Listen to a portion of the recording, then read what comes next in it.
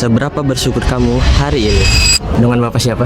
Bapak Soli, Bapak Soli. Iya. Bapak Soli di sini sebagai apa pekerjaannya? fotografer. Fotografer di Kota Tua ya? Iya, Kota Tua. Oh, untuk penghasilan cukup gak sih Pak buat keluarga gitu? Alhamdulillah sih. Alhamdulillah ya, cukup. Kita lebih ngambil lebihnya dari weekend juga, ya, Sabtu Minggu gitu.